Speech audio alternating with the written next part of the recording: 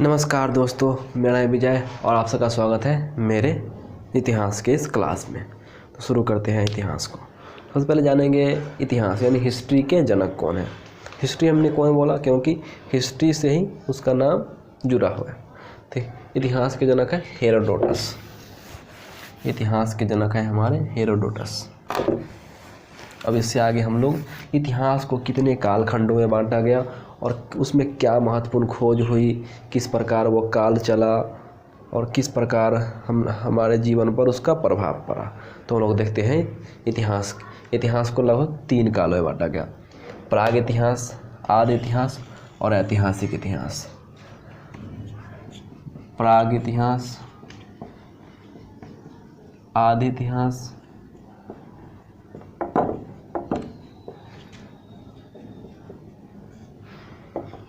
ऐतिहासिक इतिहास। ऐतिहासिक इतिहास। अब इस प्राग इतिहास को भी 3 कालखंडों में बांटा गया। पहला था पूरा पाषाण काल, पूरा पाषाण काल। दूसरा मध्य पाषाण काल और तीसरा उत्तर या पूर्व पाषाण काल। अब हम लोग पूरा पाषाण काल को पढ़ेंगे।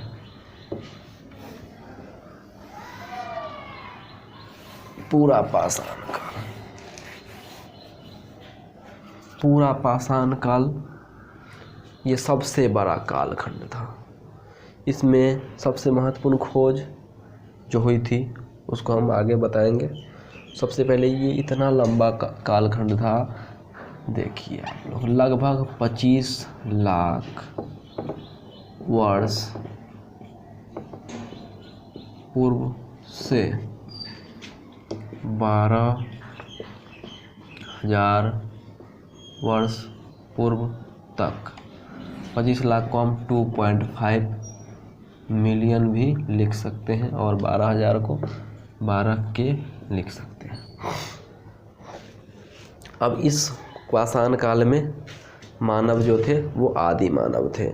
आदि मानव होने कहने का मतलब है कि सिर्फ खाना को महत्व देते, खाद्य संग्राहक, खाना बदोश थे, सिर्फ खाते थे।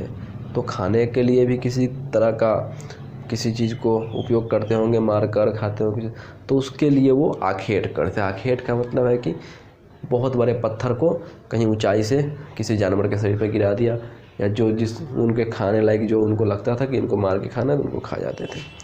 तो उसी पत्थर गिराने के क्रम में हुआ एक बार क्या, जो नीचे भी पत्थर था और पत्थर से पत्थर टकराया। पत्थर से पत्थर टकराने से हुआ क्या कि वहाँ आग निकल गई, और आग निकलने से तो यहाँ हम लोग समझे कि सबसे महत्वपूर्ण खोज क्या हुई। सबसे महत्वपूर्ण खोज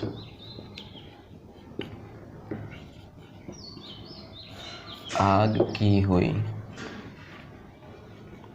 अब पूरे जंगल में आग लग गया था, तो उन्होंने सोचा कि जले हुए ही जानवरों को खाकर देखे। जब उन्होंने जले हुए जानवर को खाकर देखा तो कच्चे से कहीं ज़्यादा स्वाद जले जानवर का था। उस समय से वो 2 पत्थर को टकराते थे और उससे आग निकलती थी और उससे जानवर को पकाकर खाते थे। इसमें महत्वपूर्ण खोज आग हो गई। और ये काल बहुत लंबा था। इसमें मानव सभ्य नहीं थे, असभ्य थे। ये किसी को भी खा जाते थे, नहीं इनके पास कोई समझदारी था। तो अब हम लोग से पूछे थे मानव जाति का पालना, तो मानव जाति का पालना अफ्रीका महाद्वीप है। अफ्रीका महाद्वीप। अगर सभ्यता का पालना कहा जाए तो एशिया महाद्वीप। तो आज के लिए बस इतना ही। जय हिंद, वंदे मातरम।